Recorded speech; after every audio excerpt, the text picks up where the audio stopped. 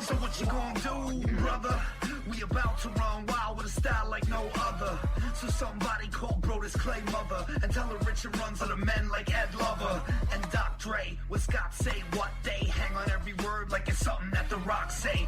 No JR, but they talking wrestling. We bring the noise with the boys, so we don't castling. So masculine, oozing machismo, mutton chop shop, Gran Turismo. No free throws, snarl hoops and heels. It's D-Bros retirement, give you the super feels. Straight shoot, it's real. Drop a pipe bomb, get ready to bull like the Rock's right arm.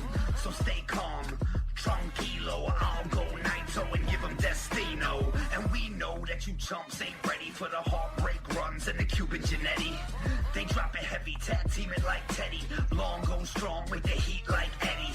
So steady like when Taker walk the tightrope. Spaz like Taz with the mic in a tight choke. Dirtiest player in the game with the eye poke. 1988 Macho Man on a line of coke. These other cats are a waste, they boring. Illegitimate sons like Jason Jordan. And Richard Runz never give him respect unless they going on air with a broken frickin' neck. So bounce like Papa Pump's pecs. Every time they get down, they bound to catch wreck. Y'all don't know nada. They the Okadas, you're the Washington Generals, they the Globetrotters. A whole lot of podcasts in the scene, but Richard Runz running wild is the cast of your dreams. So it seems these two is too sweet. Bullet Club pulling up with schemes to delete. So retreat, we steal, we cheat, but I never lie, I swear on these beats. And these two got some styles for you, but what you gonna do when they run wild on you? Oh, hell yeah. It's the Big Dog Red Titus. And you're listening to the Running Wild podcast. Because if you're trying to run wild, this is the place to do it. Do you want to let everyone know that you get it? Do you not want to be a Melvin? Well, then listen to the Running Wild podcast. And if you don't, you know what you are. I'm the last real man, Silas Young. And if you're any kind of man, you'll be listening to the Running Wild podcast.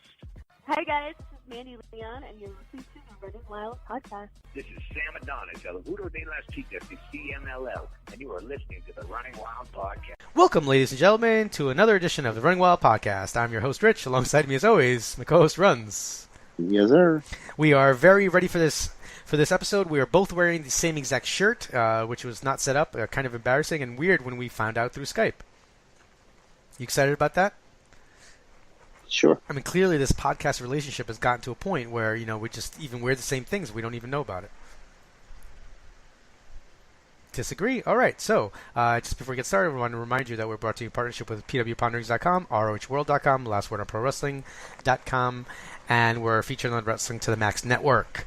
All right. So, we got a lot to talk about this week. We have our review, or we'll talk about Best in the World pay-per-view this past week, the developments that came from the TV tapings the next night. We won't spoil anything, but we'll just talk about what's been offered on Honor Club. And we'll also be talking about the G1 Special. In terms of WWE, even with this time off, I would say that neither of us are watching it, correct? I mean, I watched Raw. I followed what happened on SmackDown, but SmackDown's been pretty awful, and Raw hasn't been much better. So, yeah, not much to talk about there. All right, so let's get started with our weekend. Friday we ended up going down to Baltimore for Best in the World. I was actually had the honor of doing the honor because Ring of Honor terrible. Didn't mean to do that, but I had the honor of being able to do live Spanish commentary for the pay-per-view audience.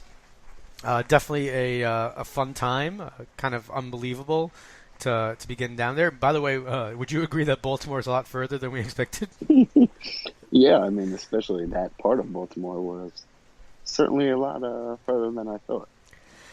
Yeah, definitely, but it definitely was interesting drive down. Luckily, we avoided getting too sunburnt, and once we got to the arena, what did you think of the arena overall? I loved it. On the way home, I couldn't stop raving about it. I loved the atmosphere that was there. I loved just how it looked.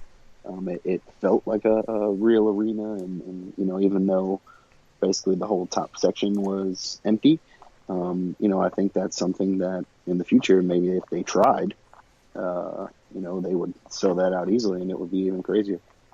I mean, we actually, about the same time last year, went down to just outside of Baltimore to go to the William J. Myers Pavilion to watch Ring of Honor. That's when we got a chance to interview Jonathan Gresham before the show, and that was weird. It was like a hockey arena. I don't know. Something about it was different. The setup wasn't exactly. I don't think it really worked as well, and just overall, I didn't think the venue was as nice. So they were able to get more people into this arena. I thought it was like a really nice setup. I mean, just from my vantage point, if you're looking at the entrance ramp, I was sitting to the left the entire time, so it was definitely cool. A cool setup, just unbelievable experience. I mean, for me, on my side, those 3 hours flew by. Like, I was kind of dying by the end. My voice was out of it. I don't remember the last time I went that long yelling and getting excited about wrestling, and at the same time speaking in Spanish. So that was definitely a new experience. But everybody was, for me, really welcoming. I got into the matches. I mean, obviously I'm calling them, so I'm that much more into them. But I thought there were a couple surprises. I mean, I thought the Women of Honor match was really excellent. The crowd, from my side, from my vantage point, really got into that match. Yeah, the crowd was crazy for it, and that made me get into it. And we talked about the Stardom girls were just awesome. I don't think I'll ever watch Stardom. However, these girls should be around more often, and I'm definitely expecting to see something from them bigger in the future. Oh, I 100% agree. I think they started popping up during the Women of Honor tournament, and now that they're here, I'm assuming there'll also be something from the TV tapings the next night that we'll see them more on TV in the next coming weeks. So there's definitely more going on there, and I think the division overall is better for it. Although, yeah, agreed. Did we talk about this last time? But the division did lose one star. Deonna Purrazzo seems to have signed a deal with NXT. She will no longer be with the company, so that's definitely going to affect them in, I'd say, a major way. I mean, I couldn't disagree more there. Like, she was part of those tag matches and stuff, but she never really did anything else. They never pushed her in a real way. All right. I mean, she had that feud with Kelly Klein, and kind of like led to Klein's first loss altogether. So I mean, I think okay. I mean, I know I follow. Of course, listen. I was gonna say, yeah, it's fine. You're probably the only person in the world who knows that. It's fine. Other than the people who were part of it. So, I mean, that was from my vantage point, she was just there every other. Random show. She would be there once in a while, and she was part of a tag match, and that was it. So, it's not that big of a loss for them overall. I know that she's talented and she's good, and she could have been a much bigger loss had they used her better. But, I don't think it'll hurt them in the long run. I agree there. Other than that, the 6-man title stayed put. The Kingdom did Kingdom stuff. I personally really enjoy them.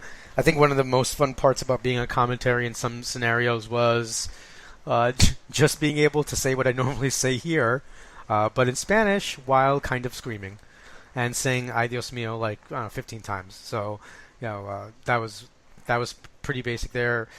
I thought that Briscoes and Bucks was excellent. For my money, now this is one of the few times. I think I was there for Final Battle when they had their match. I haven't seen the Bucks and the Briscoes wrestle live and in person that many times.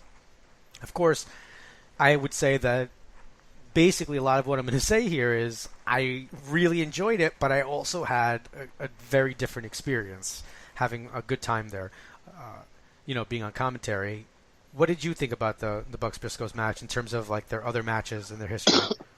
Well, I mean, just this match alone, I really loved it. The Briscoes had like an entire section where their family and friends and, people in Sandy Fork vs. Everyone shirts. And, anytime that like Jay Briscoe yelled, that whole section went crazy. So that provided a really cool atmosphere.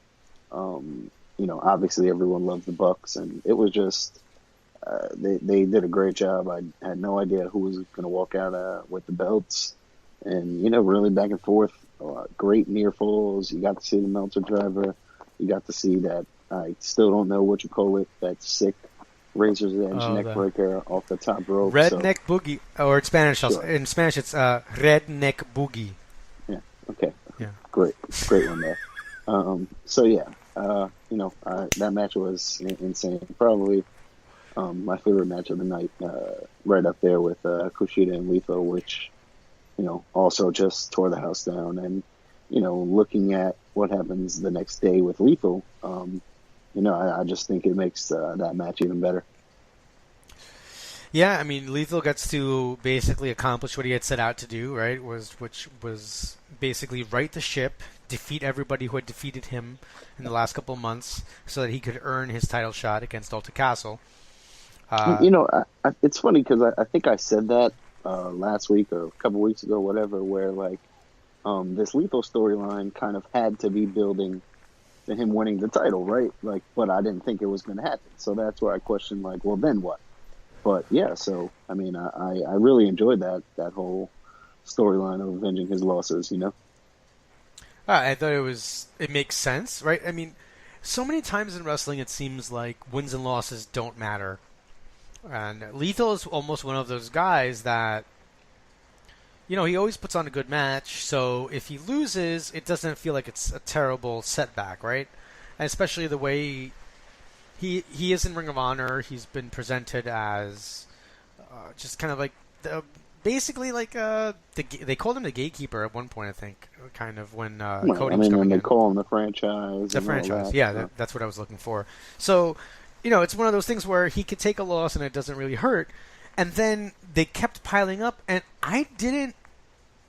If you would have said something to me before he started saying it, like, "Hey, Lethal's been losing," I would have been like, what does it? I don't even see that. But they really made an issue of wins and losses, which I really like. All right, so let's talk about the main event before we go into what came up on Honor Club the next night. So then you had Marty Scurll and Cody Rhodes taking on Dalton Castle. They openly said about him being injured here going into it. He was saying that, and he manages to survive and pulls out the victory. What did you think about the match overall? It was a bit short. I think they kept it under 15 minutes. Well, right, and looking at my phone and seeing that it's 11:40, and the show has to end at midnight on pay-per-view or whatever the case. It was kind of like, oh, what the hell? You just saw Lethal and Kushida, you just saw the Bucks and the Briscoes kill it and have a little bit more time, and now your triple threat main event isn't going to be that long. But it was a solid match. It wasn't my favorite of the night, obviously, but and the crowd kind of reacted that same way, and I wasn't thrilled to see Castle win, knowing that he's hurt and oh, what the hell is going to happen now? But seeing the next night's result, I don't know, took a little bit of that away. However, I still it's hard to really judge any Castle match because he's hurt pretty obviously, so it's tough. I wonder what's going to happen. I mean, I think that both of us have said from Cody's reign and Castle's reign, like we said, like you just said, he's been injured. So it's been difficult to judge it, right? But I think a lot of people have been talking about how the end of ROH shows were lacking a bit because the main events weren't as strong. Do you think it'll change now that Lethal's world champion? Yeah, I 1000% think that changes. Lethal brings that intensity. Lethal is the franchise. He's the man there. He has, storylines with all of the top heels pretty much ready to go, whether it's Marty or Cody or Taven. So, they can go any way they want. The Briscoes, whatever they want to do with Lethal, they can do it. You mentioned last week, I think, Taven winning at Final Battle. Him and Lethal is a real thing that's been going on for, since we saw them at Field of Yeah. Honor, right, in the cage match. So, that's a worthy final battle main event if they don't get something crazier. But yeah, I mean, I'm looking forward to Lethal as the champion and really seeing what they do with it. I think I mean, the possibilities are endless when you put it on the franchise who's been around and faced, I mean, he is kind of a measuring stick for guys in the company when they, put him in a match with Lethal, Skrull, everybody. And I think because of that, and because of that he's been there for so long and he's wrestled everyone, and when this feels fresh, because he hasn't been a champion in a while. It's something that, you forget that how long he was the ROH and ROH TV champion a few years ago. So, this feels fresh. I'm excited to see it. And it's never a bad thing to put the title on your best guy, right? So I'm definitely looking forward to Lethal's reign. And, so to be clear, once I left Final Battle, I had no clue what was happening the next night. Nothing at all. Okay, I knew enough going in to call the show, and I was given enough more information to call the show. But basically, everything I asked, I had already. I write the weekly reviews. We do the show all the time, so I'd say that Ring of Honor is definitely the company that I watch the most. Right? 2 weeks ago, 3 weeks ago, we had an episode where I got to say, thank you to the merch guy Todd and Joe Koff who went and got me Ultima Guerrero's autograph on a mask. And 3 weeks after that show, almost to the day, I am sitting doing commentary for them. But then I go home, and 24 hours later, I'm super excited that they have a TV taping that they decide to be smart about and put on Honor Club this championship match. Don't just take pictures and put that on social media. Actually use the streaming service to be able to provide this quick. I mean, it's amazing how often. When's the last time you remember any company just putting up a match where you could just watch that? Oh, this is happening now. Tune in. This is really important. Right, and I like the way that it came about. Lethal being a rightful challenger, Taven being a rightful challenger, Cody not getting pinned the night before, so still feeling like he was a rightful challenger, and that makes sense. And then Castle is a fighting champion, so he makes the match, and he gets pinned. I like that. That keeps Taven and Cody ready for Lethal. And, that gives Lethal his final victory back. So, it was perfect to wrap up that storyline. It was perfect to send Dalton off to get healthy. And, it sets us up for the rest of the year. Yeah, and it's just so smart. I mean, I thought what they did with Taven there, and he had the visual, 7 count, essentially. That was so smart, and it keeps him being able to continue saying what he's saying about there being conspiracy. I mean, it's just so. To me, that was so well done. Putting it on Honor Club, the way they executed it. Immediately the next day, I felt, or I saw it. I think I saw it yesterday or the day after. They had an interview with Lethal about it. Afterwards. So he actually fills in the blanks, and he even says, he goes, I came out, and he basically came out to say that he had accomplished what he had accomplished, and that he was hoping to, challenge Castle. And Castle came out, and then, of course, that's when Taven and then Cody came out to interrupt. So I just love the way they're not shying away from, you know what, we did TV tapings, but here's what happened from that, and I think it's really smart. I mean, in this day and age, you have to acknowledge that TV tapings occur, while at the same time finding a way to keep it current. And I thought that was, in many ways, to me, a perfect balance.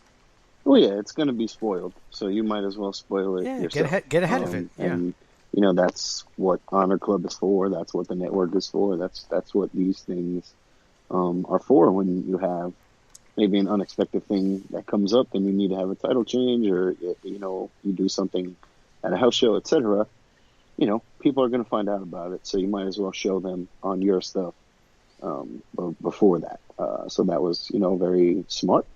I loved me just randomly being able to watch a main event, and so yeah, it was really good. All right, so now on the heels of that, we have. Well, I'm not sure. I don't think I shared this with you before we got started. So, actually, this morning, a pretty reputable, Twitter, Lucha Libre Twitter account, Mas Lucha. They actually cover a number of things. They do a lot of interviews and things like that.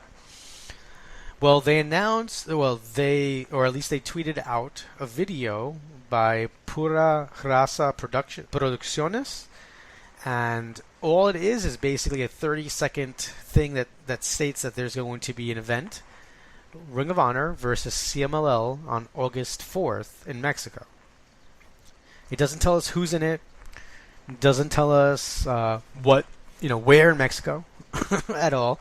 The only thing we do know is that Pura Raza Productions previously ran in Arena Matos Lopez or something like that, and I believe, because I've been watching CMLL a lot, you often see Hechicero wearing a Pura Raza shirt, so I think he might be tied into this somehow.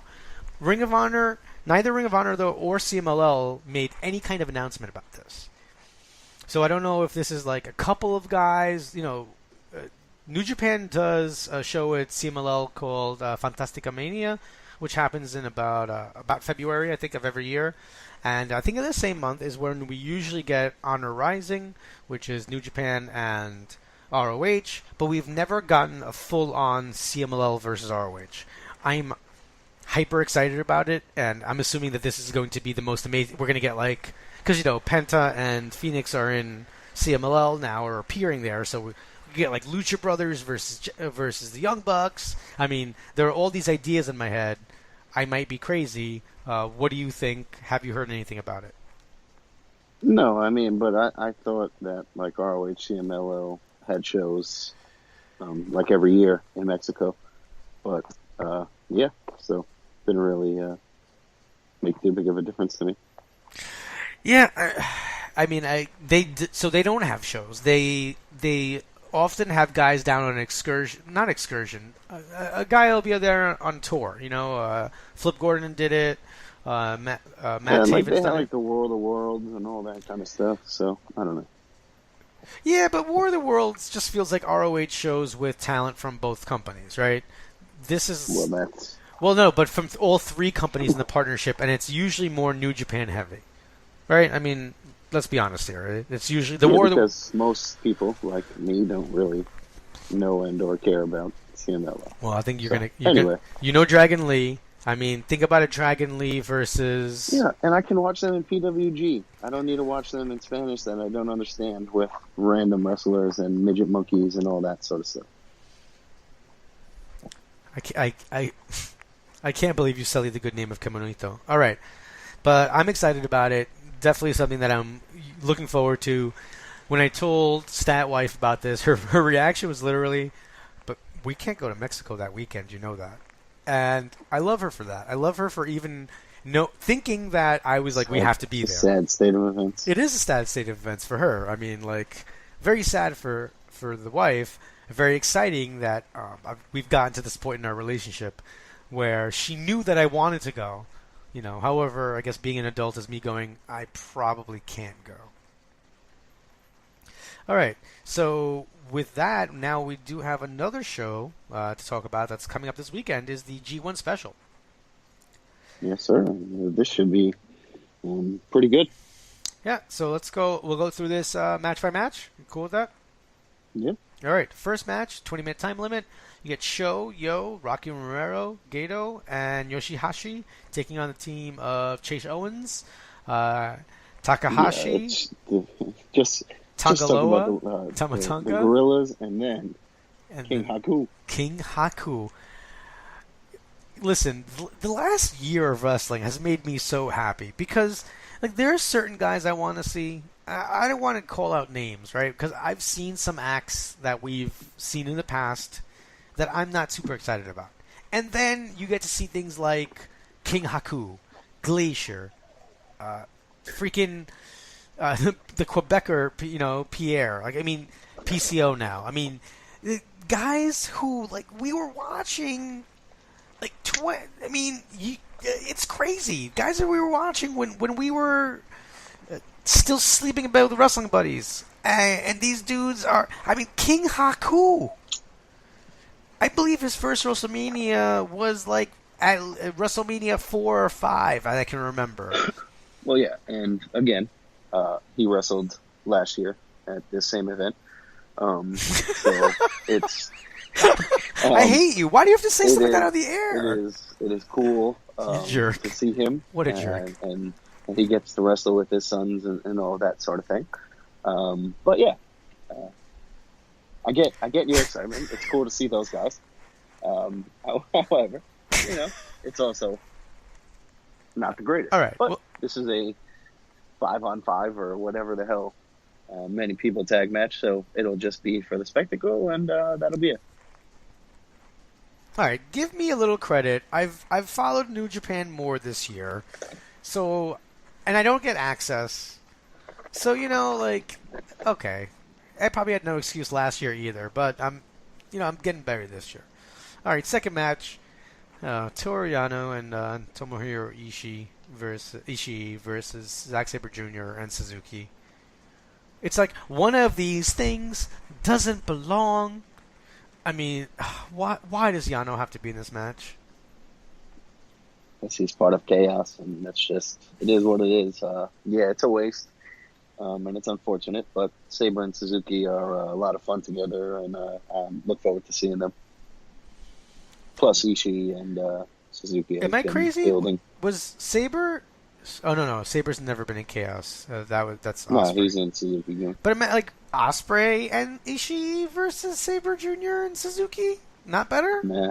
Is Ospreay on the card? I'm not sure. Scrolling. Yes, he is. And we'll talk about... Okay, now it makes... Okay. Well, give me... When we get there, now it makes a lot of sense. Ospreay is too big for, like, just a wasted tag match. Well, hold your breath. All right. Third match. Yeah. So we didn't call our picks, by the way. The first match, I'm going with King Haku's team. Yeah, sure. Second match, since I think that Yano is the weak link, I think that Sabre and Suzuki win. Ugh, let's hope so, but you never know. I could see a Yano low blow roll up. Next match, we have Kushida and Tanahashi versus Marty Scurll and Hangman Page. All right, now that'll be fun. It's a cool 4 guys in that tag match, but yeah, I don't know, not really, tag teams, but 4 singles wrestlers that are really good, so I'm sure it'll be a lot of fun. Marty is always entertaining. Kushida and Tanahashi are awesome, so. Do you like his new theme song that he came out to Ring of Honor better than his old? Marty? Yeah. There was a difference? Yep, totally different. Sure. All right, cool. Moving on. But I'm going to pick... I think this is a really cool match. I love Kushida, and Tanahashi's just a goddamn rock star. So this is probably, for me, one of the matches I'm looking forward to, just because I know the 4 guys the best. I would say you get Kushida and Tanahashi winning here. It just seems like a feel-good moment. I mean, as much as people are going to be behind Scurll and Hangman Page... Tanahashi, Kushida. That makes sense. Yeah, they're stars. Then you have the fourth match is a never open weight championship. Goto defending against Jeff Cobb. Yeah, this is a cool opportunity to see Cobb, and it's in the U.S., so he'll get a really good reaction, and this should be a really physical and fun match. But I don't expect Cobb to get the win here. But what better way to make a name for yourself than New Japan? I think he's gonna have a good showing there. Yeah. And especially California. I mean, right. not far where they do the Lucha Underground tapings. PWG. So yeah, you figure there'll be a lot of people there supporting him. I'm gonna go with Goto winning as well. The fifth match is a IWGP Tag Team Championship match. The Young Bucks champions defending against Sonata and Evil, the former champs. I know that New Japan flip-flops titles a little quickly, but I don't see the Bucks losing here. They've just gotten into this. They just won the heavyweight titles recently. I feel like they keep the titles and kind of keep that going, and the fans will be happy. Right, and I think, it could, but I also think that this is just kind of like a placeholder. People love Sonata and Evil. People obviously love the Bucks. And like you said, in California, this is, the Bucks' home show. So I fully expect them to win here and, get the big pop and all that sort of stuff. All right, so we're in agreement there. Then next match you have Will Ospreay and Okada versus Bushi and Naito. Right. See, this is not a, throwaway tag match. This is Okada and Naito. I heard. So now this kind of bugs me. Maybe it's because he's not the champion at the moment, but Okada goes and wrestles at Rev Pro, but he's never at Ring of Honor. I don't, that just I don't understand. But yeah, so at the Rev Pro shows, I think Okada was wearing red pants and not full of swagger and all that kind of stuff. So it looks like the loss is maybe haunting him a little bit. Maybe he's got a little bit more of an edge. I'm interested to see how that plays out. So all four of these guys are awesome again. So I'm just looking forward to the match. I mean, I wonder if because of his association with Rev Pro, there's a chance that he'll be announced as part of the Ring of Honor doing the Honor Reunited next month, and they're going to have a international cup. So far they haven't announced anyone outside of Mark Haskins and Joe Hendry. Right. Oh, I'm sorry, Jody Fleisch and Johnny Storm as well. So they've announced the British talent. Hopefully Okada's name is thrown in there as well. Yeah, and I believe Sabre and Suzuki are the tag champs, and so you'll definitely get some nice mix of those guys. Agreed. So who do you think goes over here? I'll just say Okada and Ospreay, but I could definitely see Okada's team losing just to build some more frustration or whatever with him. Yeah, I'm gonna go with Naito winning. Bushi hits Ospreay with Poison Mist, and Ospreay takes the loss here. Sure. Then you have, this is going to be amazing, Hiromu Takahashi defending the IWGP Junior Heavyweight Championship against Dragon Lee. Yeah, I mean, these guys kill it every time they wrestle. So this should be awesome. This is a fantastic stage for them. California is very familiar with Dragon Lee. I know he's there at PWG and all that sort of stuff. So, definitely looking forward to this. It's going to be crazy, but I don't think Hiromu loses, but it doesn't really matter. I believe that these guys go out and try to kill each other every time they wrestle. Yep. And I don't see anything different here. I'm just to be different, and honestly, just because I watch CMLL, I want Dragon Lee to win here. Yeah, sure. All right, then the next match is the IWGP US Heavyweight Championship match with the champion Switchblade Jay White defending against Juice Robinson. Yeah, I mean, this one could go either way. White has been the champion for a little bit now, so maybe he loses. Juice is, one of those guys who's been on fire since he got to New Japan and just kind of slowly rose through the ranks. So this is a fun spot for him, and I wouldn't be surprised if he got the win. I'll pick him just because I think that would be fun. I hate you, because that's who I was going to go with as well. Juice Robinson, I've seen some of the promos and things like that after his matches leading up to this match, and I just like his attitude. I'd like to see some different. I think that people would be excited to see a title change. If there's going to be a title change, this is where we get a title change, I believe. As much as I want Dragon Lee to win, I think that the title change that happens maybe there is Robinson winning. Yeah, could be. And the main event is the IWGP Heavyweight Championship match, pitting the leaders of the Bullet Club, Kenny Omega versus Cody.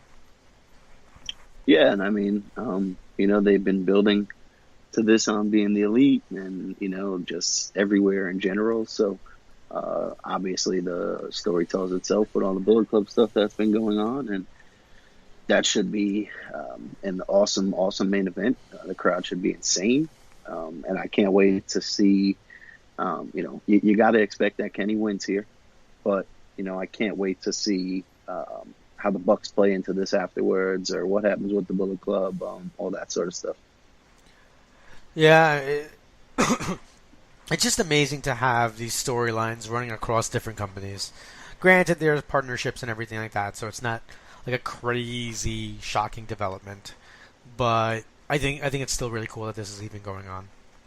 Yeah, and I mean, on being the elite, Cody cut a good little promo saying like, "Oh, it never." Then, Kenny just won, right? Yeah, it'll never change hands until it does. So, whatever. That was a good effort by him to make you think, and that's all you can ask for. Yeah, I mean, it would be just unbelievable. I don't think that Cody wins either, but I think something's going to happen here, right? He even mentioned on Being the Elite, I believe, that he confronted the Bucks and basically said, "I know that you were aiming for Kenny." I mean, which is funny is because for me, not Kenny. Yeah, oh yeah, for me, not Kenny. I think there's going to be, today's Thursday as we tape. You'll probably hear this Friday morning. I believe that there is some sort of marathon, like a New Japan marathon on Access, that the Young Bucks and Cody are hosting, and I think they already did they had already recorded it. Yes. So I think during that they were like, Cody, we were kind of not really, like they told him, like we were kind of aiming for you, and he's like, yeah, okay, Bullet Club's fine, and they just kept going with the taping. So I kind of liked how they did that. So I think the Young Bucks get involved here and maybe cost Cody the match, and now you have more problems with the Bullet Club. I don't know if they need to get involved during the match, but I or at least after or something. Right, I definitely think they come out after the match, and we get maybe we get the climax to the whole thing. It was last year, right, or earlier this year, where we had the Bucks against Omega and Ibushi in Cali, right? That was this year. So yeah, it's kind of like where it all started, grew even larger. Now maybe this is the same place that it ends. It'd be definitely an interesting storyline. I'm just I can't really get enough of what they're doing, and just the way they're using every aspect of basically publicizing things and publicizing the matches. It's just been a fun ride, and I'm really enjoying watching the story unfold. Yeah, agreed. All right, so on to WWE? Nope. Yeah, I mean, I've taken a little break. We watched the pay-per-view, as I believe we promised. We spoke about it, we watched it. From all reports I've seen from Raw was kind of not the best show in the world. So, I mean, that's, it's just one of those things. I feel more free being able to make the decision that I'm not going to watch it. Yeah. All right. So, any other news or tidbits you want to hit up? No, that's it. All right. So, just as an update for all you guys listening, thanks for apologies for missing last week. You can imagine going down to Baltimore put a wrinkle in our recording plans, but at the same time, I don't think that's a wrinkle because it was definitely a good time. Next week, we'll be releasing probably a day later or so. I'll be on vacation to good old Newport, Rhode Island. Might have a little bit of some news from XWA. They have a Thursday night showdown about 35 to 40 minutes from where I'm staying. And as you guys, the listeners, know, I only go places where I can watch professional wrestling. So the last trip was Mexico. Got to go to Reno, Mexico. Now go to Newport, Rhode Island. Staying right by the beach, but more importantly, staying near more professional wrestling. So we will most likely tape at the end of next weekend, maybe release on Sunday or so. I just wanted to keep you guys updated. And with all that out of the way, just remind you guys, you can send us an email at runningwildpodcast@gmail.com. You can follow us on Twitter at runningwildlwos. Follow us on Facebook at Running Wild on Wrestling. Follow me on Twitter at rich_LACONI. Follow my Ring of Honor coverage at pwponderings.com and rohworld.com. as well as lastwordofprowrestling.com. And now, my dear co-host, with all that out of the way, you have been listening to the podcast that is just too sweet.